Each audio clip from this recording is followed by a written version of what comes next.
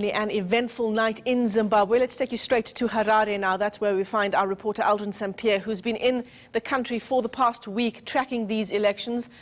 Aldrin, incredible to believe we are here. Emmerson Mnangagwa declared winner by the narrowest of margins. Take us through just the moment after that announcement was made. Well, certainly. Summing it up, it is that, so close yet so far for Nelson Chamisa. If you look at those numbers that you just spoke about right now, just a couple of 100,000 with the difference between the two numbers. And one could understand why Nelson Chamisa felt that he is the president-elect of Zimbabwe. Yet the confirmation coming from the Electoral Commission is that that's not the case. In actual fact, it is Emmerson Mnangagwa who has emerged victorious with that 50.8% of the popular vote, and Nelson Chamisa at around 44%. But one thing we can say, though, is that although Emmerson Mnangagwa has emerged victorious out of these elections, he hasn't been able to attain the same results that the former president of the country, Robert Mugabe, last attained in 2013 at around 61%. But even though, as that case may be, he is the president of the country, at least according to these results that have been announced by the Electoral Commission. On the other hand, you have Nelson Chamisa who's saying that they are disputing these results and calling them fake results. He said the results that was announced by the Electoral Commission are not verified results. As you know, in this country, they ask all the electoral agents, the chief electoral agents of the various political parties to come and verify the results before the results are announced, and they must sign off on the results slip. And last night, Tula Sizwe spoke to one of the MDC members, Mr. Komichi, who is a senior member of the MDC, and just listen to what he had to say with regards to this announcement that had been made by the Electoral Commission. PF is a revolutionary party. It renews itself, and I believe that ZANU-PF will outlive Robert Mugabe and will be here governing for many, many years to come. I thank you. Aldrin, I want to just go back to last night and the moments after that final announcement was made just after midnight. I mean, if we cast our minds back to the time in November when Robert Mugabe was ousted in that de facto coup, we saw thousands of Zimbabweans on the streets of Harare celebrating.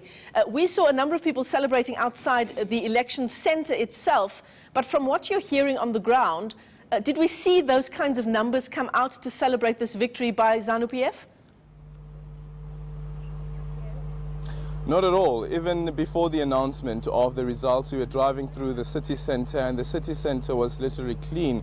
We're saying that it resembles a ghost town, and that was because of the military as well as the police on the ground patrolling the ground for any sort of eventuality where you'd find that MDC Alliance supporters may retaliate. If you remember that in this province, Nelson Chamisa won by an overwhelming majority. He got the overwhelming support from people in this province, but it is a province where the opposition has had a lot of support, even during the time of Morgan Tsvangirai. But on the streets, no celebrations whatsoever.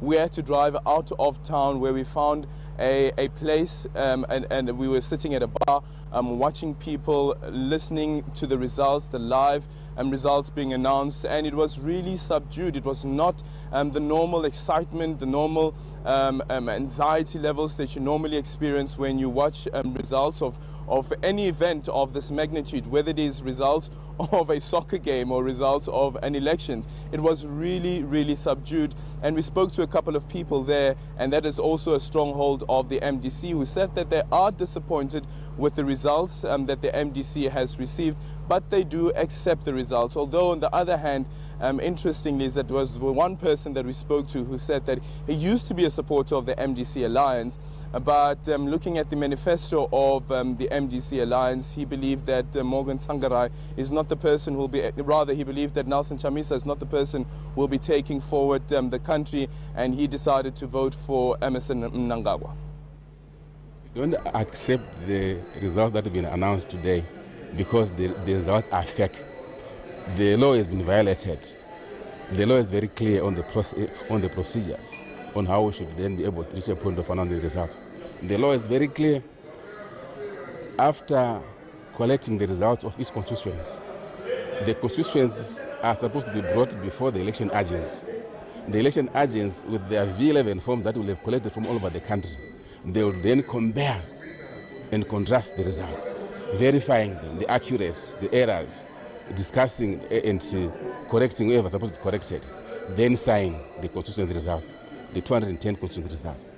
After that, then the CEO or any of his team would then announce the results.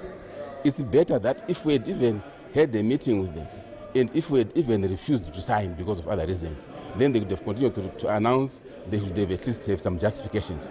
But they did not bother to respect their own constitution, to respect their own electoral act, to respect the procedure that we've been using before. This is why we're saying the results that we announced, we don't know about them, and they are not authentic as far as we're concerned, and we reject them, and they are fake. So none of the constituency results were signed by your party agents? We did not even see them, not only signed. I am the party agent at this at the national level. I did not sign. My counterpart, James Timber, is the party agent at the national level. He didn't sign, and we did not even see them. So you did not see any of the provincial results that were coming in? We did not even see the results before they were announced. Shockingly, after the commission had announced the results, the CEO approached me when I was coming down the steps, and he tried to give me the papers which he claimed they were the results and asked me to sign. Is that procedural? Signing results after they've been announced. Okay. Other than the administrative and legal requirement of the results being signed, yes, are they different from what you know? What they've done is completely different from what I know. I mean, the results themselves, when you do your own collation from your own V11 forms, I imagine that you are doing that not only there, and also at actually inflated in various areas. A typical example is of March Central. What we have and what they have is very different in so many areas, which we will show the world. Now, Aldrin, I want to just talk a bit about the opposition leader, Nelson Chamisa. He's been pretty vocal throughout this week on social media. And again, I think in the early hours of this morning, he reiterated this view that he has that ZEC, the Electoral Commission, has cooked the elections and has effectively stolen the election result. What happens from here on now? What are his options in terms of perhaps taking these results to court? Well, let me just quickly go to that tweet that you're referring to. In the morning, he tweeted that the ZEC scandal of releasing unverified fake results is regrettable. The ZEC denied our election agent access to the results before the announcement. The ZEC must release proper and verified results endorsed by the parties. The level of openness, truth, deficiency, moral decay, and values deficit is baffling. While we spoke to the Electoral Commission spokesperson and one of the commissioners who indicated that there hasn't been an official complaint as yet from the MDC Alliance that they have received, but of course the options are available to them. The option of going to court to go and dispute these results.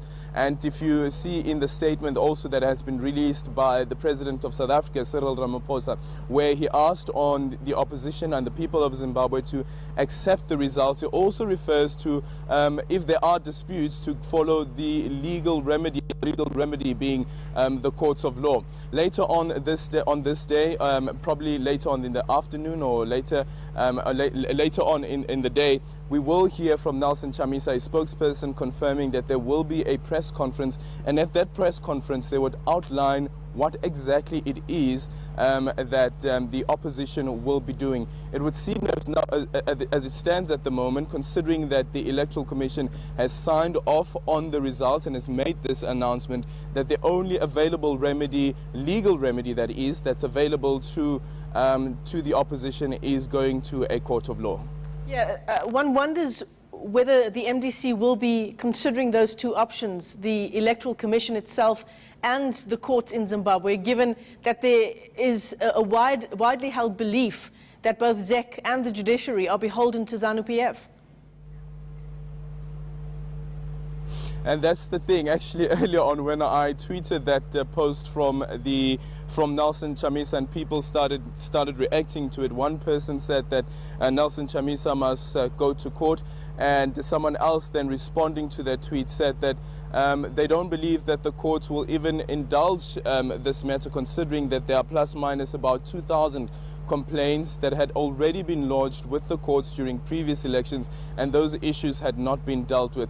The government has said that the judiciary remains independent, and we'll have to wait and see when this matter eventually, if it does end up in a court of law, what will happen. Some people are saying that what Nelson Chamisa should do, considering that he's only 40 years old, is that he should accept these results and know that over the next 5 years he must try to unify the MDC, because the MDC has the tendency of having breakaways before the elections and even after the elections, and we know what the road for Nelson Chamisa has been leading up to the elections, with at least one presidential candidate also breaking away from the party and standing on her own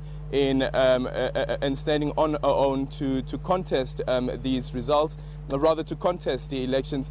Whether Nelson Chamisa will be able now to unify the party and make sure that they contest the elections in the next 5 years. Aldrin, before we let you go, I want to just ask you the question around these raids that took place at the MDC's offices. Now, Nelson Chamisa has said that what police were in fact looking for were the computers that the MDC Alliance was using to collate election results independently. But we understand that police got there after the MDC Alliance had removed those computers from the scene. So having said that, might the MDC Alliance be releasing its own results? Well, we have to wait and see whether indeed they will be doing that. Nelson Chamisa saying that what the police were looking for is the V11 forms. The V11 forms being the forms that they have, that the Electoral Commission will paste outside the polling stations and signed off by the various electoral agents. And his assertion has been that based on those numbers, they believe that he has the popular vote, that he has received the popular vote. And yesterday, when we spoke to him just after he had met with the families of some of the 6 deceased after the riots that took place in the city center, he did indicate that as it stands at the moment, although there are some issues that they may raise with there are some issues that they may have with the National Assembly results, they do accept those results. But what he's not accepting is that Emmerson Mnangagwa has won the popular vote. He believes that he still does have the popular vote. When we asked the police about this raid at the MDC office, what the police said is that the raid took place after they obtained the search warrant, and they went into the office because it was linked, they believe, to the riots that took place. When they got there, they found 18 people locked up in some of the office rooms, in some of the offices at the head office of the MDC Alliance. They say that they still don't know why those people had been locked up in the offices of the MDC Alliance, but investigations, of course, do still continue. Late last night, just before the results were announced, we also saw stationed outside the Morgan Sangarai house, which is the MDC's headquarters in the city centre. All right, well, thanks very much for that update. Aldrin Sampear is our reporter on the ground in Harare. He's been in the country for the past week monitoring the elections as they unfolded. Live to us there outside the National Results Centre.